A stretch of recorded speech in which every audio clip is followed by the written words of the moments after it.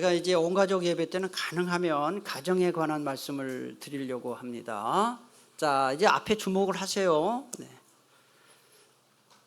퀴즈입니다. 창세기는 몇 장까지 있을까요? 네? 50장까지 있어요. 창세기에서 가장 내용이 긴 장은 몇 장일까요? 24장이에요. 네. 이렇게 좀 몰라도 이렇게 용감한 건 좋은 거예요. 다른 장은 평균 20절에서 30절까지 있는데 창세기 24장은 67절까지 있어요. 그러니까 다른 장보다 2배에서 3배 내용이 깁니다. 그런데 창세기 24장의 내용이 뭐냐 하면 아브라함의 아들 이삭이 리브가를 아내로 맞이해서 가정을 이루는 장면이에요. 가정을 이루는 장면입니다. 천지 창조를 설명하는 곳보다 가정을 이루는 그 장면을 설명하는 곳을 성경이 이렇게 길게 얘기했다는 것이 우리에게 보여주는 메시지가 있어요. 하나님은 가정을 소중하게 여기시는구나 하는 메시지가 있습니다. 오늘 우리 설윤경 우리 성도님 가정이 나와서 잘 읽어주었는데요. 오늘 이 내용이 뭐냐 하면 제사장들은 시체를 가까이 하면 안 된다는 거예요. 시체를 만지거나 가까이 하면 율법상 부정을 타기 때문에 그렇다 하는 내용입니다. 그런데 한 가지만 예외가 있다. 뭐냐? 부모가 돌아가시거나 자녀가 죽거나 형제나 시집가지 아니한 자매가 죽은 경우에는 제사장이라도 시신을 만질 수 있다 하는 규정이에요. 이 뭘 보여줍니까? 하나님은 가정을 참 중요하게 여기시는구나 하는 거예요. 오늘 읽지는 않았지만 신명기 24장 5절을 보면 잘 들어보세요. 장가간 지 1년이 안 된 남자는 전쟁이 터져도 징집 대상에서 면제시켜주는 규정이 있어요. 이게 지금부터 3000년 전의 규정이에요. 하나님은 신혼부부를 엄청 배려하시는구나 하는 것을 알 수 있어요. 자, 이상 3가지 신뢰를 통해서 하나님이 가정을 얼마나 소중하게 여기시는지를 우리는 짐작할 수가 있습니다. 하나님은 가정을 왜 이렇게 소중하게 여기실까요? 가정이 행복해야 인생이 행복하기 때문에 그래요. 가정이 편안해야 마음이 편안하고요. 가정이 따뜻해야 마음이 따뜻하기 때문에. 여러분, 가정이 모여서 교회가 되는 거예요. 따라서 교회가 행복하려면 먼저 교우님들의 가정이 행복해야 되는 것입니다. 가정이 막 어려움 당하잖아요. 교회 전체가 어려움 당하는 거예요. 그런데 가정이 행복하는 거는 저절로 되지가 않아요. 가정이 행복하게 되려고 그러면 화초를 가꾸는 것과 같습니다. 여러분, 화초를 가꾸려면 어떻게 됩니까? 물을 줘야 되잖아요. 그 다음에 햇빛을 보게 해야 됩니다. 그리고 통풍이 잘 들도록 해야 됩니다. 그렇게 하려고 그러면 시간을 내야 되고, 그 다음에 공을 들여야 되고, 때로는 돈을 들여야 돼요. 그런데 가정이 행복하게 하려고 그러면 이것보다 훨씬 더 노력을 해야 되는 겁니다. 근데 가만히 보면 가정에 시간 투자하지 않고 가정이 행복하도록 노력하지 않으면서 우리 가정은 왜 이렇게 행복하지 않을까라고 불평한 불만을 품는 분들이 계셔요. 이건 말이 되지 않는 것입니다. 한번 저를 따라했으면 좋겠습니다. 가정은 돌보는 만큼 행복할 수 있다. 자, 가정은 어떻게 하는 만큼 행복하다고요? 돌보는 만큼만 행복한 거예요. 여러분, 인류를 사랑하는 것 중요한 일이지만은 인류를 사랑하는 것보다 훨씬 더 우선적으로 해야 될 게 뭐냐? 가족을 사랑하는 거예요. 그래서 여훈이라는 선생님이 쓴 최고의 선물이라는 책에 보면 정말 의미 있는 글을 썼어요. 자, 눈이 잘 보이는 분들, 저 글씨를 읽을 수 있는 분들은 한번 같이 저랑 천천히 읽겠습니다. 늘 곁에 있어 더 이상 특별할 것 없는 사람, 각별히 신경 쓰지 않아도 되는 사람, 한 번쯤 서운하게 해도 용서되는 사람, 바쁘다 보면 잠깐 잊을 수도 있는 사람, 편해서 가끔은 무례하게 대하게 되는 사람, 너무 가까이 있어 보이지 않는 사람, 그러나 물에 빠져 허우적거릴 때 가장 먼저 손을 내밀어 줄 사람, 그래서 목숨 같은 사람, 옆 사람, 가족. 이 보세요, 이게요. 제가 이 글을 읽으면서 느낀 게 있어요. 가족은 너무 편하다 보니까 함부로 대하는 거 경향이 있어요.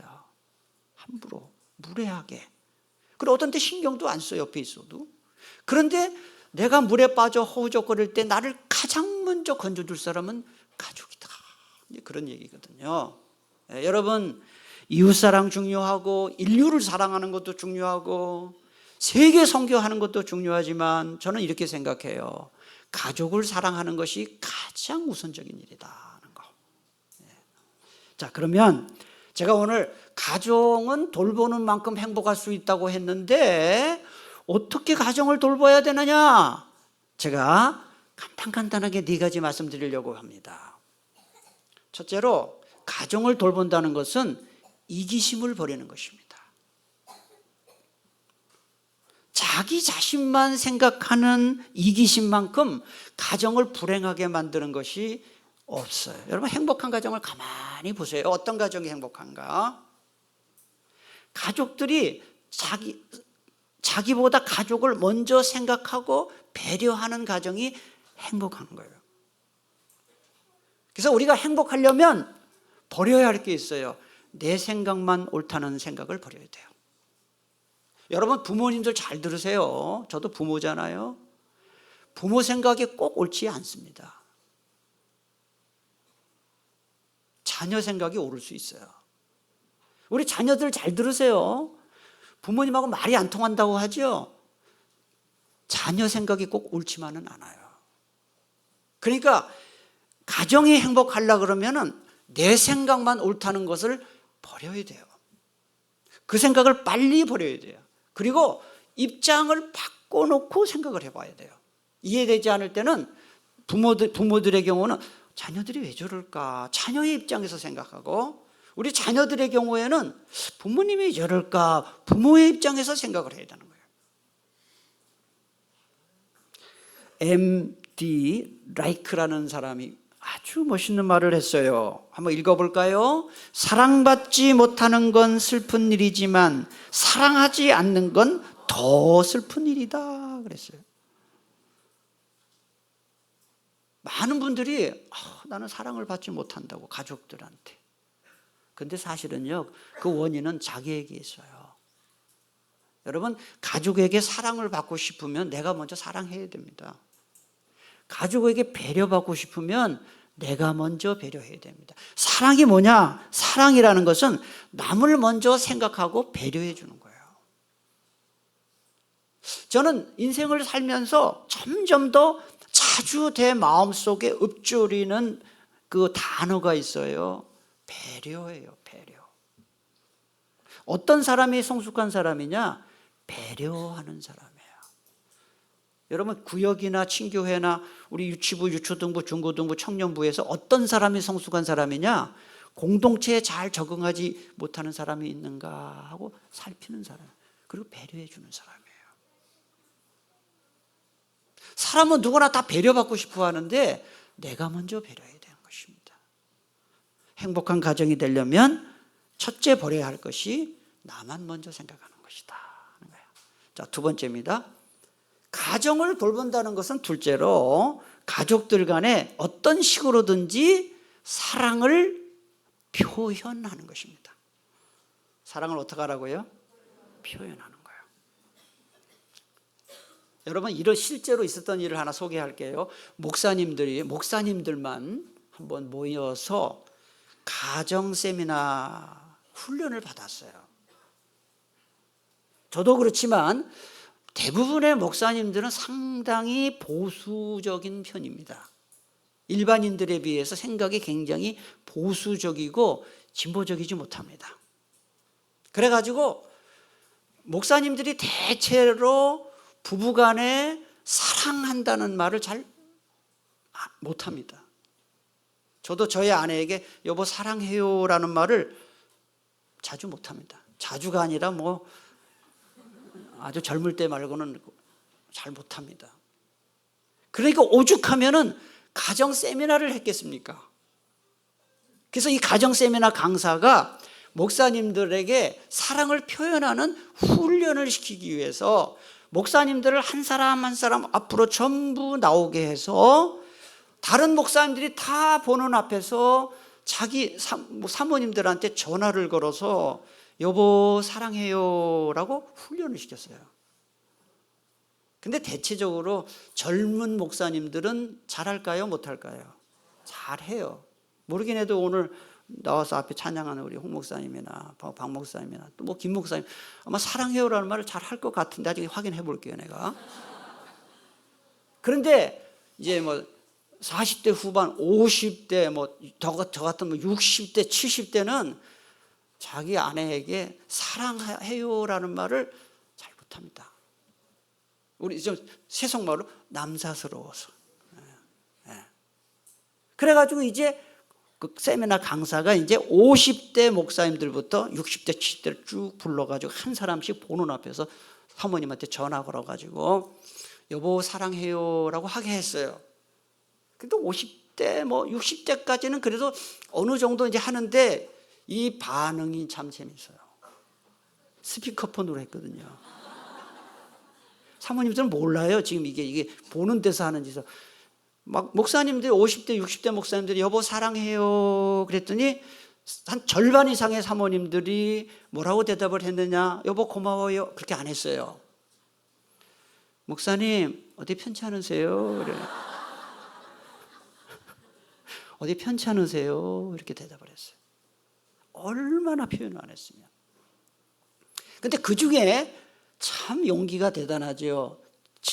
거의 80이 다 된 목사님 한 분이 훈련받겠다고 오신 거예요. 그러니까 앞에 나와서 하라니까 이분이 하겠어요? 안 하죠. 그렇지만 다른 목사님들이 선배 목사님 보고 한번 하세요 하셔서 앞으로 간신히 불러냈어요. 평생 사랑해요라는 말을 해본 적이 없대요. 그 목사님은. 그럴만도 하죠. 70대 후반 뭐 80 다 된 분이. 그러니까 여러 사람 앞에서 그것도 하라고 하니까 이게 끝까지 거부를 했어요. 그러나 견딜 수가 없죠. 후배 목사님, 목사님 그러면 안 됩니다 하고 딱 해가지고 드디어 전화를 한 거예요. 사모님한테. 스피커폰으로.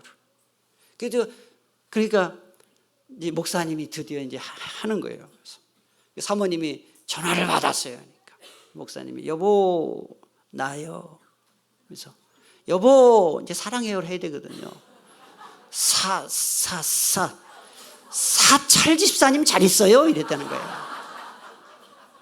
결국 사랑해요 말을 못한 거예요. 그러니까 이게 사랑한다는 표현을 평소에 안 하면 못하는 거예요. 근데 여러분 사람은 저도 이 부부 생활을 이제 결혼 생활을 30년이 넘게 했지만은 부부도 그래요. 무슨 마음을 품고 있는지 알아요? 몰라요? 몰라요. 표현 안 하면 몰라요. 그래서 오해도 하잖아요. 싸움도 하고 하잖아요. 무슨 마음인지 표현 안 하면 모르는 거예요. 좋아하는지 나빠하는지. 그래서 우리가 여러분 우리 자녀들도 잘 들으시고 우리 부모님도 잘 들으세요. 부부간에 부모 자녀간에 사랑한다는 어떤 표현을 해라 하는 거예요. 말로 하면 좋지만 말이 힘들면 편지라도 쓰시고 문자로도 하시고 카톡도 있잖아요 요새. 그래서 그런 거를 하면 좋아요. 그래서 그런 표현을 해야 된다. 그게 가정을 행복하게 만든다는 겁니다. 세 번째로 가정을 돌본다는 것은 가족들 간에 서로 웃는 모습을 보여주는 것이다 하는 거예요. 이게 참 쉽지 않죠, 그죠? 집안에서 말이죠, 한 사람이라도 심각한 표정 짓고 화난 표정 짓고 그 다음에 불평 불만이 가득한 표정을 짓고 그 다음에 수심이 가득한 표정을 짓고 있으면요 집안 분위기가 아주 나빠집니다. 밝은 표정을 짓고 웃는 모습을 해야 분위기 좋아. 여러분, 이게 밝은 표정과 웃는 모습은요 전염돼요. 물론 반대도 마찬가지예요. 세계 여러 나라에 폭소 클럽이 있다 그래요. 그런데 이 폭소 클럽은 억지로 웃는 것으로부터 시작을 한대요. 그러니까 억지로라도 코미디나 뭐 이거 보면서 억지로라도 웃다 보면 자연히 웃게 된대요. 그리고 몸과 마음이 나중에는 웃게 된다. 그래서 저는 뭐 그런 걸 자주 해요. 집에서도 그렇습니다만. 여러분, 가족 간에는 좀 썰렁한 농담이라도 자주 하는 게 좋아요. 썰렁한 농담이라도 이 농담을 한다는 자체가 얘기하자는 거거든요. 그러니까 농담을 자주 하다 보면 마음이 열리고 대화가 열리게 되는 것입니다. 여러분, 제가 질문할게요. 하나님이 세상을 창조하실 때 식물과 동물과 인간 중에서 오직 웃을 수 있는 능력은 누구에게만 주셨을까요? 사람에게만 주셨어요. 가끔 보면 반려동물을 키우시는 분들이 우리 개도 웃고 뭐 고양이도 웃는다 그러는데 개가 웃는 거 고양이 웃는 거 아닙니다. 그건 하품하는 겁니다. 웃는 거 아닙니다. 이 세상의 모든 피조물 중에 웃을 수 있는 존재는 딱 사람밖에 없어요. 그런데 많은 분들이 그래요. 아이 막 웃을 일이 있어야 웃죠. 제가 늘 말합니다. 웃을 일이 있어야 웃으면 평생 몇 번 웃을 일 없습니다. 죄송합니다. 따라합시다. 웃어야 웃을 일이 생깁니다. 할렐루야. 예. 웃어야 웃을 일이 생깁니다. 예. 자, 마지막으로 가정을 돌본다는 것은 가족들이 서로 말조심하는 겁니다. 말조심. 제가 이렇게 가만히 보면 생각보다 많은 가정이 가족에게 상처를 주고받아요. 여러분, 가만히 생각해 보세요. 누구 때문에 상처받았나? 주로 가족에게 상처받아요. 그런데 상처를 주고받는 가장 큰 원인이 뭐냐면 말 때문에 그래요. 말 때문에. 이제 부부간에는 편한 사이라고 함부로 말을 해요. 그게 말참 상처를 줘요. 그다음 부모 자식 간에는 부모가 자식 어리다고 내 자식이라고 그냥 말을 막 해요. 이게 상처가 주는 거예요. 베드로 3장 7절을 보면요, 부부간의 대화가 막히면 하나님과의 대화도 막힌다고 했어요. 가족들과 담 쌓고 살고 말 한마디 하지 않으면서 기도하잖아요. 응답 없어요. 그러니까 응답을 받으려면 우선 이렇게 가족들과 화목해야 된다는 거. 오늘 우리 어린이들도 있고 해서 말씀을 길게 하지 않겠습니다. 화목한 가족이 되려면 4가지를 잘하자 했습니다. 한번 복습을 해볼까요? 첫째는 뭐를 버리라고요? 이기심을 버려라. 나만 생각하지 마세요. 어떤 가정을 보면 가족들은 전혀 배려하지 않고 자기 좋아하는 것만 해요. 그럼 가정이 행복하지 못합니다. 두 번째로 사랑을 어떻게 하라고요? 표현을 해야 됩니다. 세 번째로는 가족 간에 서로 웃는 표정을 많이 보여라. 네 번째로는 말조심을 해라 하는 겁니다. 이 4가지 잘해서 우리 교회 모든 교회 여러분들 다 천국 가정 되시기를 축복합니다. 기도하겠습니다. 하나님 감사합니다.